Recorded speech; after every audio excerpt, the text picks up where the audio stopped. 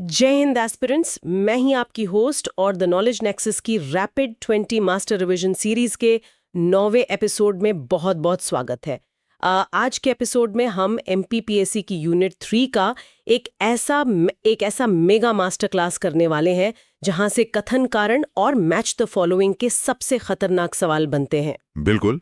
और देखिए, ये वो एरिया है जहां अक्सर एस्पिरेंट्स बहुत ज्यादा कंफ्यूज होते हैं। हाँ, एकदम सही कहा। तो आज का जो हमारा मिशन है वो है हिमालय को छोड़कर भारत की प्रायद्वीपीय, मध्य और पूर्वोत्तर की हर छोटी बड़ी पर्वत श्रेणी और पहाड़ी का पूरा पोस्टमार्टम करना। मतलब अरावली के पीपली घाट से लेकर पश्चिमी घाट के सेनकोट्टा दर्रे तक और पूर्वी घाट की जावादी शेवरॉय पहाड़ियों का जो उत्तर से दक्षिण क्रम है उसे हम पूरी तरह से डिकोड करेंगे। अगले 20 मिनट में ये पूरा मैप दिमाग में छपने वाला है। नोटबुक का फ्रेश पेज निकाल लेना चाहिए। चलिए शुरू करते हैं। और मैं यहाँ शुरुआत में एक बात स्पष्ट कर दूं कि इन भौगोलिक संरचनाओं को केवल रटना नहीं है। हाँ। अगर हम इन तथ्यों का एक मेंटल मैप बना लें, उन्हें विजुलाइज कर ले, तो जानकारी हमेशा के लिए दिमाग में सेट हो जाती है। बिल्कुल, रटने से तो काम वैसे भी नहीं चलने वाला है। तो इस गहन चर्चा की शुरुआत हम उत्तर पश्चिम और मध्य भारत के पर्वतों से करते हैं। जब हम भारत का नक्शा देखते हैं तो सबसे पहले नजर जाती है अरावली पर्वत श्रेणी पर। तो अगर इसके विस्तार की बात की जाए तो ये कहां से कहां तक फैली है? देखिए, अरावली का जो विस्तार है वो शुरू होता है गुजरात के पालनपुर से। वहां से ये राजस्थान होते हुए सीधे दिल्ली के मजनू का टीला तक जाती है। मजनू का टीला, या जिसे हम रायसीना हिल्स भी कहते हैं, जहां हमारा राष्ट्रपति भवन स्थित है।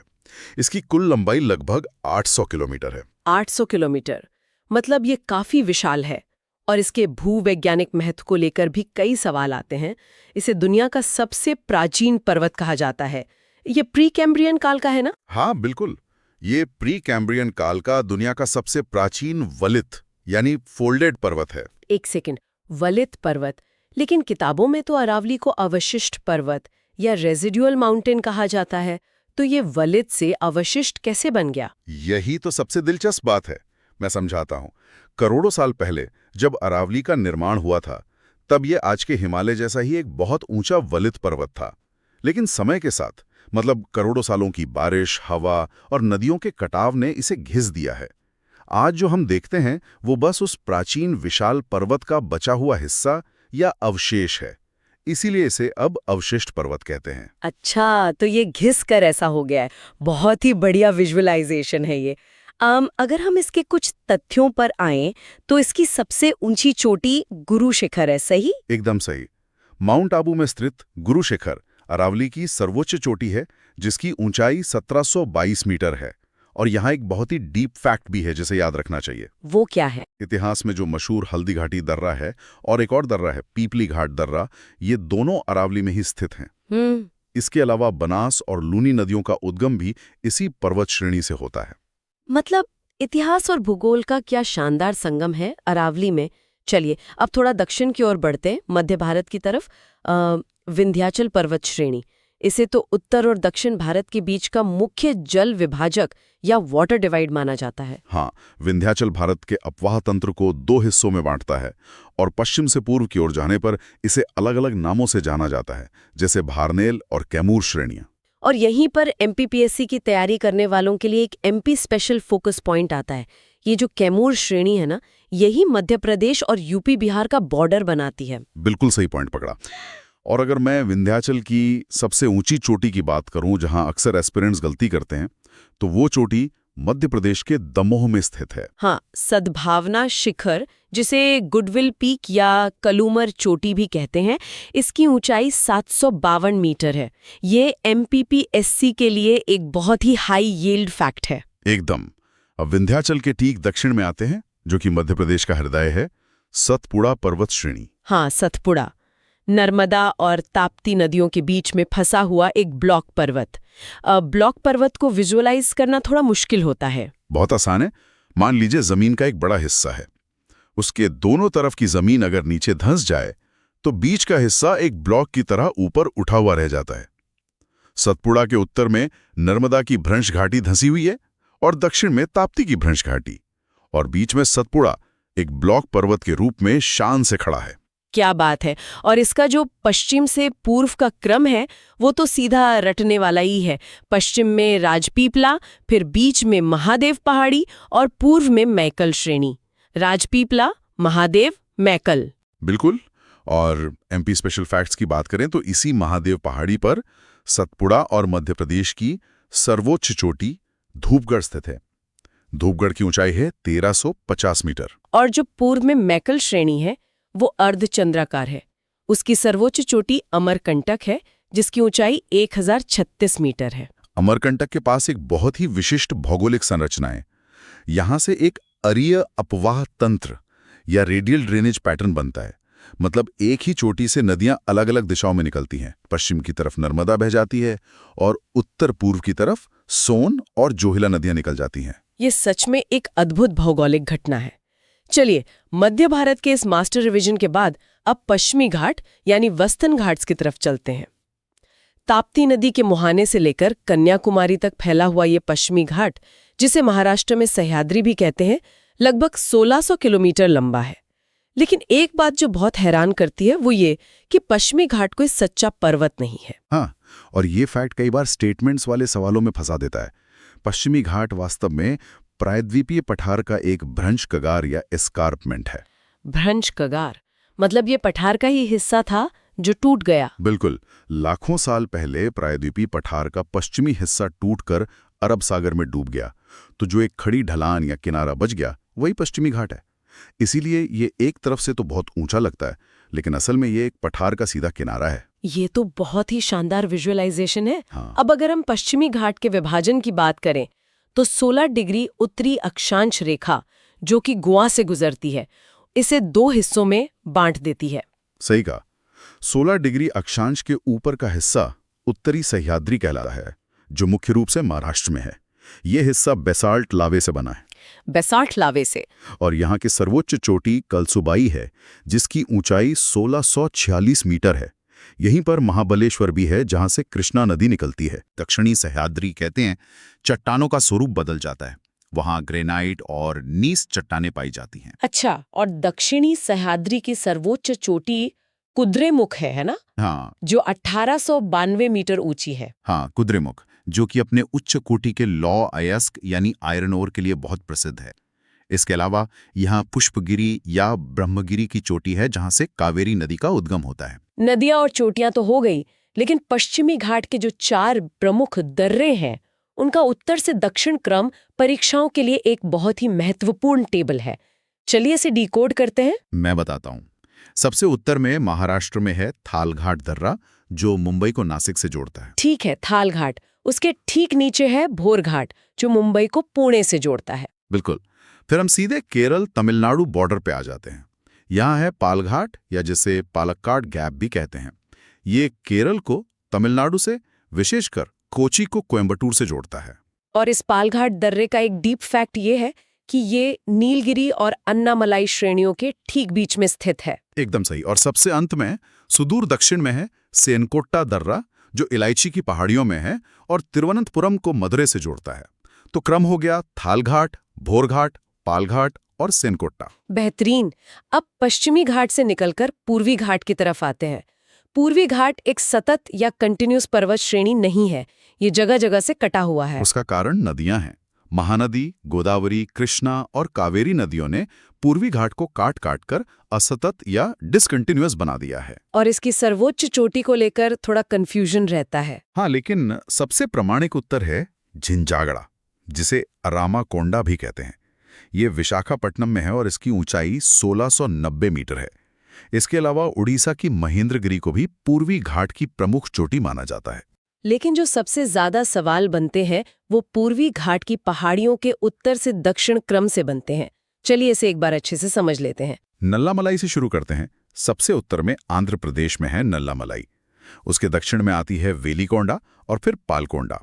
ये तीनों आंध्र प्रदेश में हैं। नल्लामलाई, वेलिकोंडा, पालकोंडा।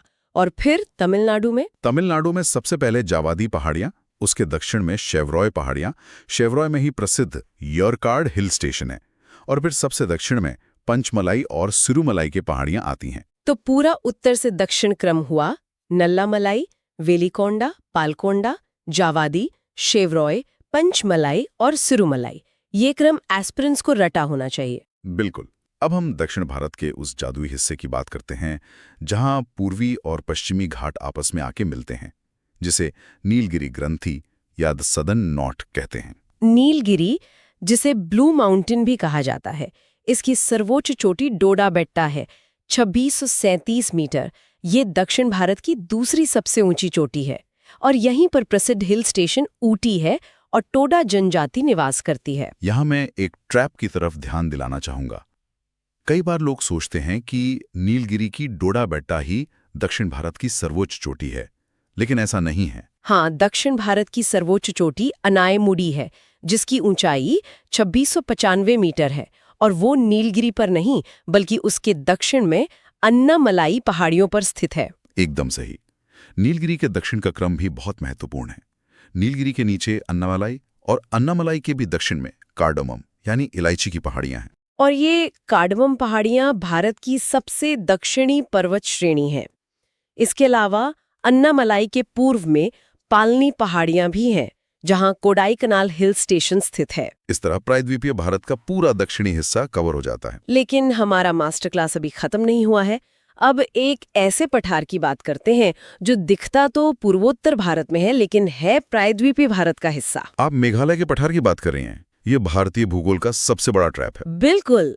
मेघालय की गारो, खासी और जयंतिया पहाड़ियां, अक्सर लोग इन्हें हिमालय का हिस्सा मान लेते हैं। लेकिन भूवैज्ञानिक दृष्टि से ये पहाड़ियां प्रायद्वीपीय भारत का और विशेष रूप से झारखंड की राजमहल पहाड़ियों का ही पूर्वी विस्तार है। तो फिर राजमहल और मेघालय के बीच में इतना बड़ा गैप कैसे आ गया? यह मालदा गैप के कारण हुआ।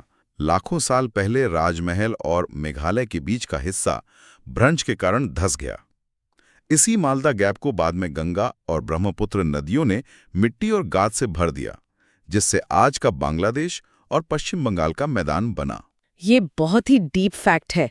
और मेघालय की पहाड़ियों की बात करें तो गारो की सर्वोच्च चोटी नोक्रेक है, खासी पहाड़ी में शिलोंग चोटी है और दुनिया में सर्वाधिक वर्षा वाला स्थान मासिनराम भी खासी पहाड़ी में ही स्थित है।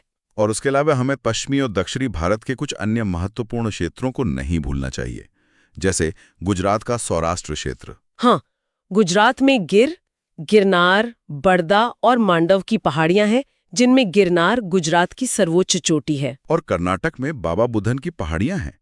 ये जगह भारत में कॉफी की जन्मस्थली तो है ही, साथ ही उच्च कोटि के लौह अयस्क के लिए भी बहुत प्रसिद्ध है। ये पूरा का पूरा मेंटल मैप अब तैयार हो चुका है, अरावली से लेकर मेघालय तक और बाबा बुदन से लेकर नीलगिरी तक। तो अब समय आ गया है इस तैयारी को परखने का हमारे PYQ टेस्ट सेगमेंट में। मैं बिल्कुल तैयार हूं। चलिए, तो इस सेगमेंट में मैं 3 अत्यंत महत्वपूर्ण प्रश्न पूछूंगी और हम उनके विकल्पों का विश्लेषण करेंगे। पहला प्रश्न एक जटिल क्रम का है। प्रायद्वीपीय भारत की निम्नलिखित पहाड़ियों को उत्तर से दक्षिण के सही क्रम में व्यवस्थित करें। Number 1 Nallamalai, number 2 Shevaroy, number 3 Palkonda, number 4 Javadi. और इसके विकल्प हैं 1 3 4 2, 1 4 3 2, 3 1 2 4, 4 2 1 3। अगर हमने अभी जो मेंटल मैप बनाया है उसे याद करें तो ये बहुत आसान है। सबसे उत्तर में आंध्र प्रदेश की नल्लामलाई यानी नंबर 1 है।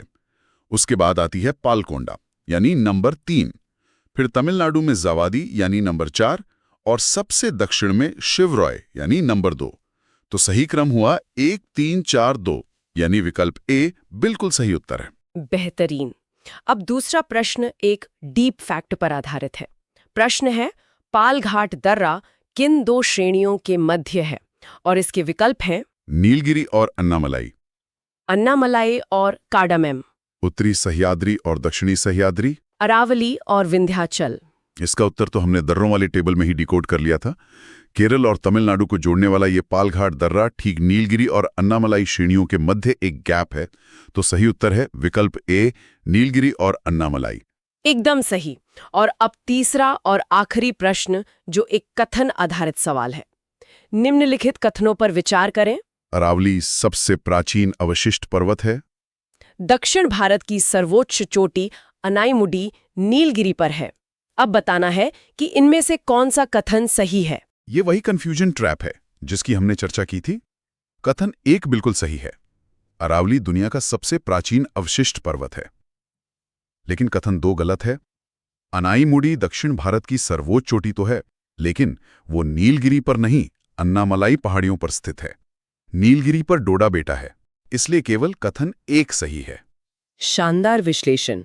इस तरह से जब हम भूगोल का पोस्टमार्टम करते हैं तो कोई भी सवाल या क्रम परीक्षा में गलत नहीं हो सकता। बिल्कुल, भूगोल को रटने की जगह उसे विजुअलाइज करके पढ़ने से ही सफलता मिलती है। ये पर्वत श्रेणियां केवल नक्शे की लकीरें नहीं हैं, ये हमारे देश की जलवायु और पारिस्थितिकी तंत्र को नियंत्रित करती हैं। बहुत सही कहा। और इस पूरी भौगोलिक यात्रा को समेटते हुए अंत में एक विचारोत्तेजक प्रश्न पर ध्यान देना चाहिए। हमने आज अरावली में स्थित हल्दी घाटी दर्रे का जिक्र किया था। ये सोचने वाली बात है कि हल्दी घाटी दर्रे का ऐतिहासिक और भौगोलिक परिप्रेक्ष्य में क्या महत्व रहा होगा। कैसे दो पहाड़ों के बीच के एक छोटे से संकरे रास्ते ने पूरी सेनाओं की रणनीतियों को प्रभावित किया होगा। ये एक ऐसा बिंदु है जो इतिहास और भूगोल को आपस में गहराई से जोड़ता है और इस पर आगे खुद से अन्वेषण किया जाना चाहिए। ये सच में सोचने पर मजबूर करता है।